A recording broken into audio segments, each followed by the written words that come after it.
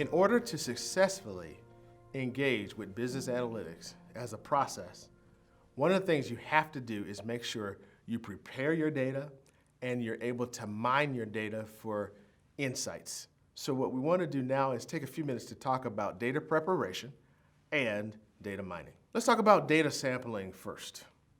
Now, when we're dealing with large volumes of data, it's best to extract a representative sample for analysis. And it's representative because you can't analyze all the data possible in order to get insight from it. Think about it for a second. Let's say you're working on car safety, and what you want to do is figure out which cars are the safest. Well, the last time I checked, there are hundreds of millions of cars on the road. So you can't analyze hundreds of millions of cars in order to figure out which ones are the safest. You have to use a sample. So you have to pick cars, you have to pick brands, and then you have to get a hold of the data and the information from those in order to be able to present the insights from your research. So when you pick a sample or you go out and try to sample data for your analysis, you have to make sure it's as representative as possible of all of the data that you're after.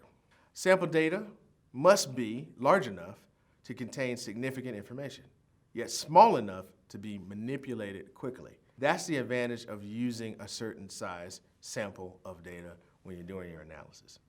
Most data mining algorithms typically are more effective given more data. In fact, they're created to do so. When you think about Google's search engine and how the algorithms are set for when you type in a term in the search box, and then as soon as you hit enter, you get an answer within not even a second, less than a second.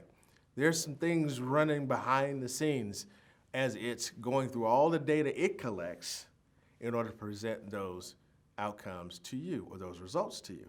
So when we start talking about data sampling, make sure that as you're designing your analysis for your dashboard or for your report, that you have representative data to work with. Another thing you want to do when you're collecting data or a data sample is to make sure that it has as many other variables possible that you could work with. After exploring the data with descriptive statistics and visualization, the analyst or the person that's engaging in business analytics to give you the insights can eliminate variables that are not of interest. Let's talk about data preparation for a second. Data is in the raw, if you will, or dirty before it's been pre-processed. In other words, as you collect it, it may have some missing information, it may have some mistyped information, it may not be completely clean. So when you begin to do data mining, you want to make sure that the data is as clean and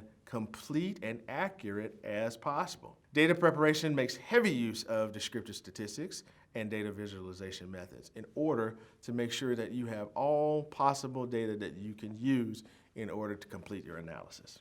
Here's how we treat missing data. A couple of things we can do. We can discard observations with missing values. We can also discard any variable with missing values, so we can totally throw that out. To fill in missing entries, we could fill it in with estimated values, but you gotta be careful when you do that. And then you can apply data mining algorithms such as classification and regression trees that can handle missing values. So the idea behind data preparation is to make sure that if you do have holes in your data, that you plug those holes as much as you can and as fair as you can without letting bias creep in, without putting incorrect data into your data that will screw up and skew all of your observations and your analysis. So you gotta be careful when you treat missing data and make sure you're going about it the right way. Another thing you could do is identify outliers and erroneous data. So you can have missing data, and then you can have data that's just wrong. So what you do is in examining the variables, you can basically use statistics, histograms, pivot tables, scatter plots, and other tools to uncover the quality of the data that you have. Quality is the most important thing when you're looking at samples. So you not only want to make sure that missing data is accounted for, but erroneous data, which could also have an impact on your outcomes, has to be dealt with as well. A closer examination of outliers may reveal an error or a need to further investigate and determine whether the observation is relevant to the current analysis. So, as you're looking through and you see some data that may be wrong, you have to go back and say, well, wait a minute, is it even needed? Is it even relevant to what I'm trying to accomplish? You know, if I go back to the car example, if I'm trying to figure out which ones are safe, do I really care if they're dirty cars or not? Do I care if you drove through a puddle and all of your wheels have mud on them? Well, some cars may have mud on the wheels. They may have mud on the hood. They may be filthy. But in determining the safety of the car, is that important? May not be. So with that, that particular piece of data could be thrown out. And that's how you prepare data for the analysis. You figure out what you need, and then you figure out what you don't. One thing you could do is create two data sets. You could create one without outliers, and you can create one with outliers. And then do the analysis to see if having the outliers really has an impact on the results. I could imagine in going back to an example of median salaries. And let's say one data set, if you collect, say, 30 salaries to figure out the median salary for a particular job, let's say you collect it and it says that the median salary is $800,000. You're like, wait a minute, something's wrong with that. That seems high for someone that's driving an ice cream truck. So let's figure out why that is. Then you go back to the data and you realize, oh, wait a minute, somebody put 2 zeros in there. So maybe I take that observation out because it is an outlier, and I take out another one and I find out, oh, well, if I'm driving an ice cream truck, my median salary really is somewhere around $23,000. Oh, that might make a little bit more sense. So I have to have two data sets in order to understand if the data itself is making sense.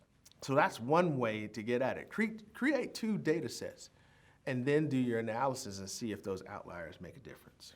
Let's talk about variable representation for a second. In data mining applications, the number of variables for which data is recorded may be prohibitive to analyze. In other words, you may have so many dimensions of the data that you're trying to capture that it doesn't make sense not only to try to analyze it, it may not be possible to analyze it.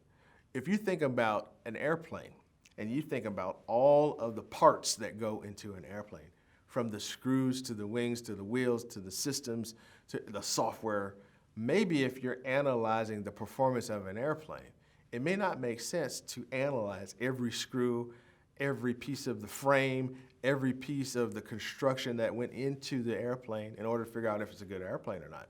You might just want to measure the speed, the fuel efficiency, the capacity for cargo, those kinds of variables to see if it's a great product. You throw out the rest of it, or better yet, you reduce the dimension of what you're trying to analyze by only focusing on the things that matter. So one way to do that is to examine pairwise correlations to detect variables or groups of variables that may supply similar information. Basically what that means is if I wanted to get a good idea of the construction, I don't think I want to know how many rivets went into the airplane. I think what I want to do is take a look at the pieces, and I want to take a look at the seals. I may want to look at something different than just all of the rivets, because that may be too much data to analyze. So I pair that with some of the other systems that go into the airplane. For example, the elevators, do they work? The rudder, does it work?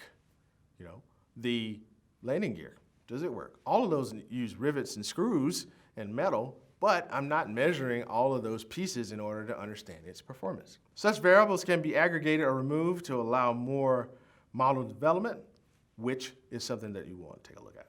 The critical part of data mining is determining how to best represent the measurements of the variables and which variables to consider. One of the things you can do there is look at the treatment of categorical variables. That's very, very important. Often data sets contain variables that considered separately are not particularly insightful, but that when combined with ratios may represent important relationships. So as we think about data preparation and data mining, The biggest thing that you want to do is make sure that you handle missing information and erroneous information.